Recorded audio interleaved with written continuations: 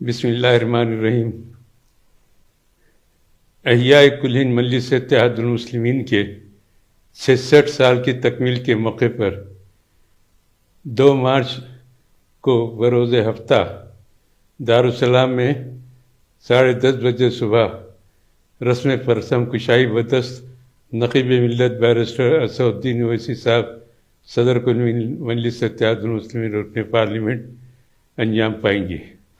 ہر سال کی طرح اس سال بھی دارالسلام میں بعد پرچم کشائی حبیب ملت جناب اکبر الدین اویسی صاحب قائد مقرنہ مجلس اتحاد المسلمین کا خطاب ہوگا، اور آخر میں نگران جلسہ محترم نقیب ملت بیرسٹر اسد الدین اویسی صاحب صدر کل مجلس اتحاد المسلمین و رکن پارلیمنٹ کا خصوصی خطاب ہوگا۔ عامیت المسلمین سے کثیر تعداد میں شرکت کی گزارش کرتا ہوں، اور جماعت کے تمام کارپوریٹر صدور معتمدین سے یہ درخواست کی جاتی ہے، جیسے کہ پرسوں دارالسلام کی میٹنگ میں بتایا گیا، دوبارہ ان کو یاد دہی کی جاتی ہے کہ 2 مارچ کو اپنے اپنے بستیوں سے کونسلر حضرات صدور معتمدین کو ساتھ لے کر بائک ریلی کے ذریعے دارالسلام کو پہنچے۔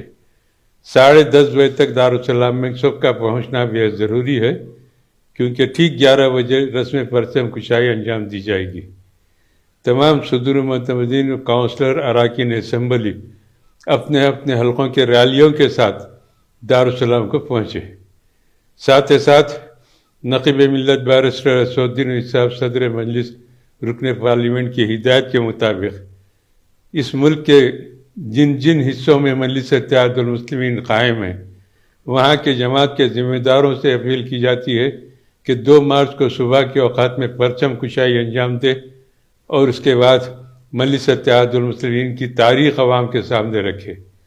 مجلس اتحاد المسلمین 2 مارچ 1958 کو فیصل منڈے میں فخر ملت عبدالواحد اویسی صاحب صدر مجلس معزز ایڈوکیٹ نے 2 مارچ کو فیصل منڈے میں ایک بڑا اجتماع جلسہ رکھ کر وہاں پر اپنی صدارت کی توثیق کی عوام کے ذریعے، اور اس کے چند دن کے بعد ان کو نظربند کیا گیا۔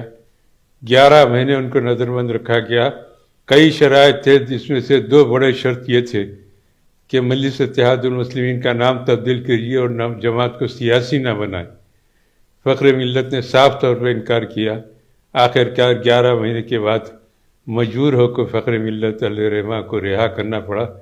اس وقت تک کارگزار صدر کی حیثیت سے سالار ملت سلطان صلاح الدین اویسی صاحب مجلس کے صدر رہے، اور کارگزار صدر کی حیثیت سے اضلاع میں تمام آندھرا پردیش کے ضلعوں میں مجلس اتحاد المسلمین کے جلسے کرتے ہوئے جماعت کو قائم کیا۔ فخر ملت کی رہائی کے بعد دارالسلام جو حکومت کی کسٹڈی میں تھا، اس کے اصول کے لیے دارالسلام مقدمہ دائر کیا گیا عدالت میں۔ تقریباً 11 سال وہ مقدمہ چلا۔ بہت سارے فریقین آئے کہ ہم قائد ملت جو کام کرتے تھے ہم بھی وہی کر رہے، ہم کو ملنا چاہیے۔ بہرحال آخرکار فیصلہ مجلس اتحاد المسلمین کے حق میں آیا، اور وہاں کھنڈیر کی حالت میں تھا، اور شہر حیدرآباد کے فائر انجن کا ہیڈ کوارٹر دارالسلام تھا، جبکہ حکومت کی کسٹڈی میں دارالسلام تھا۔ فیصلے کے بعد ہم قبضہ لیے، اور آہستہ آہستہ وہاں پر تعلیمی میدان میں، مختلف تعمیری میدانوں میں کام انجام دیا گیا، عمارتیں بنے۔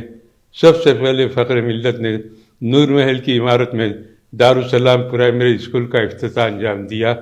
اس کے بعد تعلیمی میدان کا سفر جاری ہوا۔ بہرحال ملک کے جس حصے میں بھی مجلس اتحاد المسلمین قائم ہیں، وہاں کے ذمہ داروں سے گزارش کی جاتی ہے کہ 2 مارچ کو صبح کے وقت پہ پرچم کشائی کی رسم انجام دے، مجلس کی تاریخ سے لوگوں کو واقف کرائے۔ مجلس ایک تاریخ ساز خدمات رکھنے والی جماعت ہے۔ ہندوستان میں مجلس نے جو کام کیا ہے اور جو کام کر رہے ہیں، کوئی جماعت اس کا متبادل نہیں ہے۔ بہرحال میں تمام محبان مجلس سے، کونسلر حضرات سے، صدور معتمدین سے، اور عامیت المسلمین سے اور عوام سے بلا لحاظ مذہب ملت یہ اپیل کرتا ہوں کہ 2 مارچ کو دارالسلام کے جلسے میں ریلیوں کے ذریعے تشریف لائے اور جلسے کو کامیاب بنائے، پروگرام کو کامیاب بنائے۔ انشاءاللہ جلسے میں ملاقات ہو